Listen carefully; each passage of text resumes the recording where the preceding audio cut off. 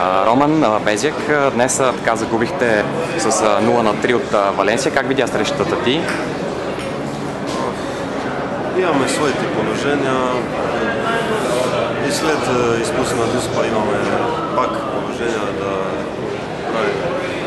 дойдем на 1-1. Ако тогава вкараме, мислиш, че матчът може да се развива по друг начин.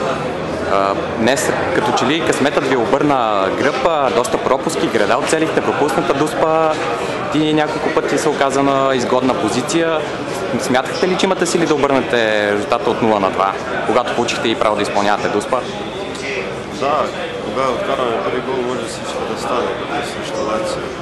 Но днеска, верно, както казваш, факта срещу Лацио да сме взели всички късмети и за днеска не става. Но това е футбол. Какво да казвам, други път може да сме по-добри. Какво си помисли преди да изпълниш Дуспата? Нищо преди. Аз реших си къде ще шутирам и това нещо. Не го гледам, нищо не знам какво той прави. Аз само си реших къде ще шутирам и се концентрирам за това. Това повлия ли и след това на играта ти пропуснатата Дуспа? Може би паднах малко, да. Сигурно след изпусна Дуспа всеки играч тежко продължи в същия начин, така че при мен нещо така днес. Какво ще търсите в реванша на Местая?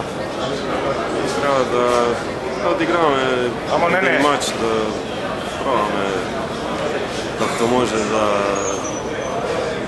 се приближаваме този резултат, който загубихме днес. Един хубав футбол да играем без напрежение. Окей, пожелаваме успех тогава и дано се върнете с една хубава победа от Валенсия.